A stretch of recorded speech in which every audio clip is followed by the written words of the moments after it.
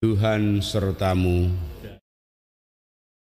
Inilah Injil Tuhan kita Yesus Kristus menurut Matius. Dimuliakanlah Tuhan.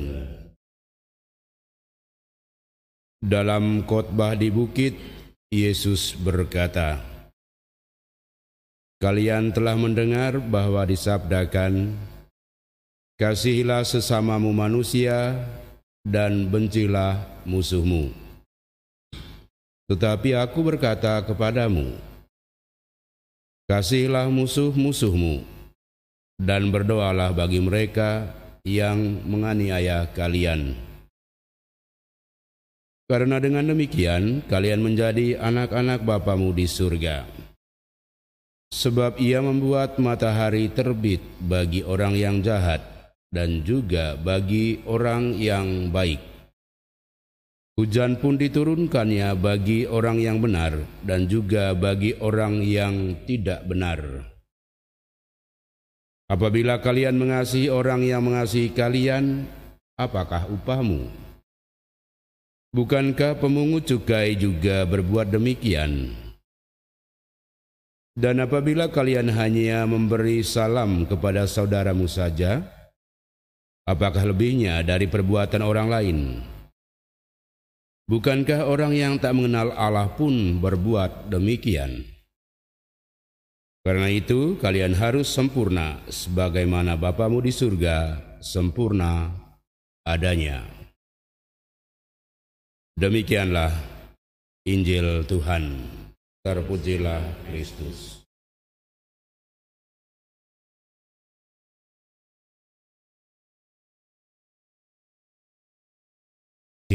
Dan biasa diikuti oleh bahkan mungkin hampir semua orang, mengasihi dengan cara yang tadi dikatakan oleh Yesus, kamu telah mendengar, yaitu mengasihi sama dan membenci musuh, atau memberi salam kepada mereka yang memberi salam, tapi menutup kepada yang lain. Maka di sana memang pertimbangan manusiawi itu sangat jelas. Kalau saya mengasihi sama dan membenci musuh itu sangat biasa. Kalau saya menyapa orang lain yang menyapa saya, itu juga sangat lazim. Tapi kalau kita seperti itu sikap kita, apa lebihnya dari yang lain? Apa keunggulan kita dari yang lain?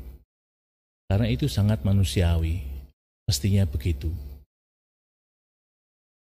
Justru Yesus menegaskan bahwa kita mesti lebih daripada yang biasa dikerjakan oleh banyak orang, yaitu mengasihi musuh-musuh, bahkan berdoa untuk mereka.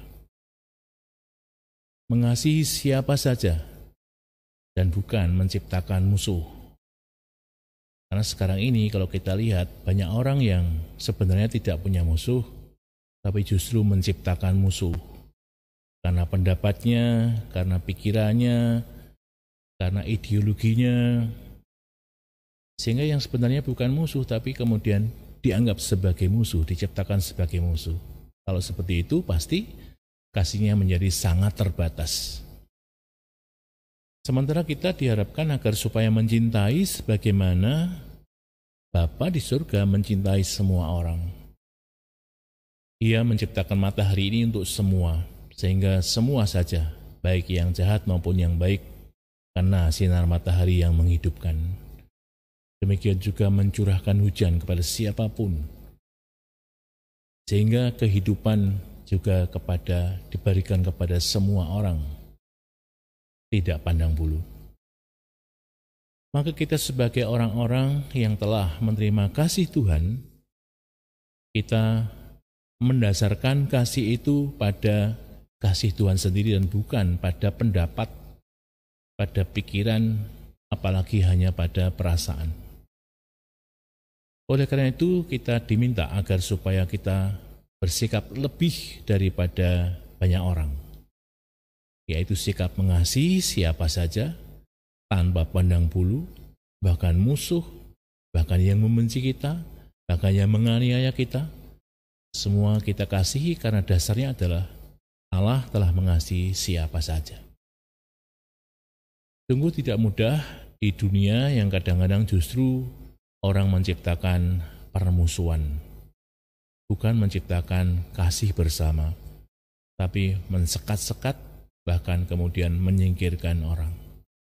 Tapi inilah tantangan pada zaman ini dan sekaligus pertusan kita untuk mewujudkan kasih kepada semua orang. Maka semoga dengan rahmat Roh Kudus kita sungguh bisa menghayati dan mewujudkan kasih kita kepada semua orang sebagaimana diminta oleh Yesus Kristus bagi kita. Dan kalau kita demikian, maka kita akan sempurna sebagaimana Bapa di surga sempurna adanya karena Ia mengasihi siapa saja.